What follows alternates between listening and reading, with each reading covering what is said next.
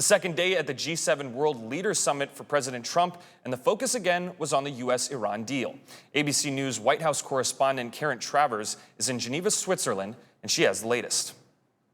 President Trump at the G7 World Leaders Summit expressing confidence in the U.S.-Iran agreement. We have a deal that's a fair deal. It's a good deal. But 48 hours after the deal was signed digitally by the president and the vice president, there is still no public text of the agreement. I'd like to get a formal setting first before we do that, but I have no problem with that. Senate Republican leader John Thune told reporters he hasn't seen the agreement. We are requesting that, and I assume we will at some point hear from the administration with greater specificity about what's in that memorandum. Senate Democratic leader Chuck Schumer demanding transparency and briefings for lawmakers. No one quite understands what Trump is up to, and now he's keeping everybody in the dark. Israel also requested to see the agreement, but according to an Israeli source and a U.S. official familiar with the matter, that request was denied. Senior administration officials say the deal reopens the Strait of Hormuz and lifts the U.S. blockade on Iranian ports. But the U.S. and Iran are giving conflicting information. The president insisting the Strait of Hormuz will be a free waterway.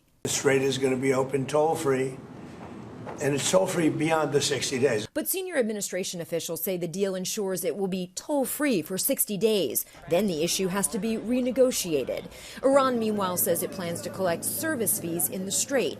And there are questions about the negotiations over funding for reconstruction in Iran, sanctions relief, and the unfreezing of Iranian assets. Israel's operations against Iranian-backed Hezbollah in Lebanon could be a major hurdle to a final U.S.-Iran deal. Iran says they cannot make a deal to end the war until Israel's forces are out of Lebanon. But the Israeli prime minister says they're going to stay there as long as necessary. President Trump says a U.S.-Iran deal can survive if Israel continues its strikes in Lebanon. Karen Travers, ABC News, Geneva, Switzerland.